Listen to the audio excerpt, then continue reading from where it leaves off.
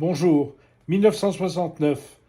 Eddy Merckx remet son maillot jaune au roi et une petite rétrospective sur le dernier Belge ayant gagné le Tour de France. Mais l'événement qui avait peut-être le plus touché le cœur des Belges avait eu pour cadre, quelques heures plus tôt, le palais royal de Laeken.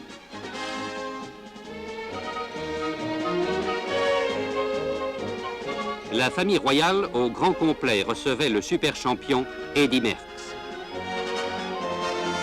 Il remit au roi le maillot jaune qu'il avait triomphalement ramené la veille de Paris. Était associé à cet hommage sa femme Claudine et surtout ses coéquipiers, la seule équipe ayant terminé intégralement ce Tour de France 69.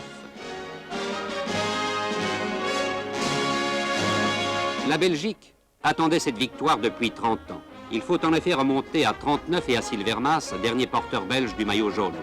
Dans ce dernier tour de l'avant-guerre, Maas avait remporté 2 victoires d'étape avant d'arriver finalement au Parc des Princes avec une avance de 30 minutes 8 secondes sur le français Vietto. À cette époque, les cyclistes belges étaient grands favoris de ce Tour de France. Tour de France qui avait déjà 30 ans d'âge, Silvermaas aussi d'ailleurs.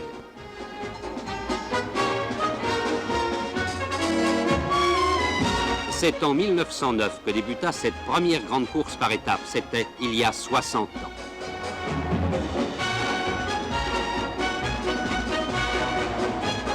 Les 6 premières années, la victoire fut l'apanage exclusif des Français.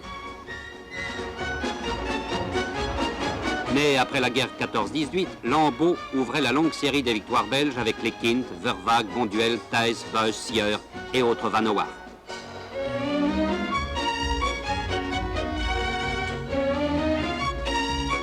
C'était l'époque héroïque où la religieuse préfigurait les misses actuelles. L'époque où la maman recevait le baiser victorieux de son champion de fils Romain Maas, maillot jaune peu avant son homonyme Silver. En ce temps-là, le Tour partait du cœur même de Paris pour traverser une France dont le visage a bien changé.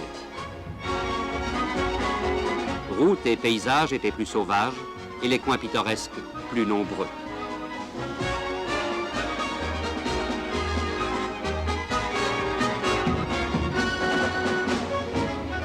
Pour certains de ces spectateurs, le passage des vélos était aussi l'occasion rare de voir passer des autos. D'aucuns diront que le Tour était beaucoup plus dur à l'époque, pas de dérailleurs, des routes parfois inondées pour mieux cacher les pavés du Nord, des chemins de montagne toujours empierrés et pleins d'ornières ou de gravillons, terreur des boyaux, et ces innombrables passages à niveau qui regroupaient ou disloquaient les pelotons au gré des trains ou de la fantaisie des gardes-barrières. Dans la phraséologie du temps, les géants de la route devaient aussi affronter, comme aujourd'hui d'ailleurs, tout l'éventail des intempéries. Mais les moyennes étaient de loin inférieures à celles d'aujourd'hui et les bonifications bien plus importantes. Et pour aller voir triompher Merckx à Paris, il ne fallut rien moins que 3 trains spéciaux de la SNCB archi-cons. D'Anvers, de Liège, de Bruxelles, quelques 15 000 supporters belges ont fait le déplacement.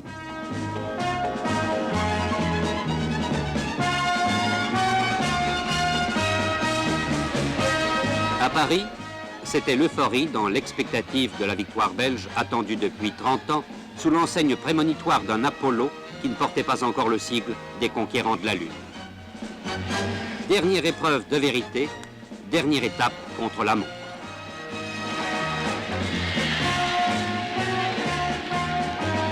Poulidor, 3e au classement général et toujours le plus populaire des coureurs français, va prendre 21 secondes à son compatriote Roger Pingeon. Celui-ci, 2e à plus de 16 minutes du maillot jaune, serait une fois de plus décevant en regard de Merckx, l'inaccessible.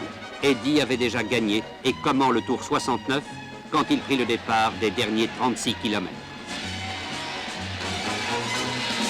Au terme d'une randonnée de 4000 bornes en 22 étapes successives, il surclasserait encore tous ses rivaux les plus proches.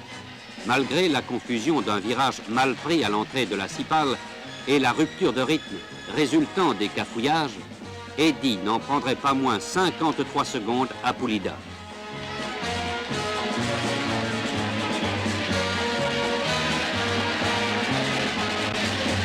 Jusqu'au dernier tour de piste, Eddy confirmait son panache et son battant du premier jour.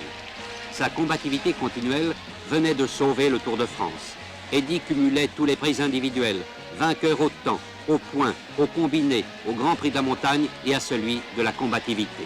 Il ramenait à Paris son équipe au grand complet, la seule intacte des 190 concurrents du départ. Triomphe sans égal pour le super champion Eddy Merckx à la veille du 21 juillet 69. Du coup, les Belges, ayant terrassé l'hydre du Tour de France et de cœur conquis la Lune, pouvaient butiner les fleurs du bel été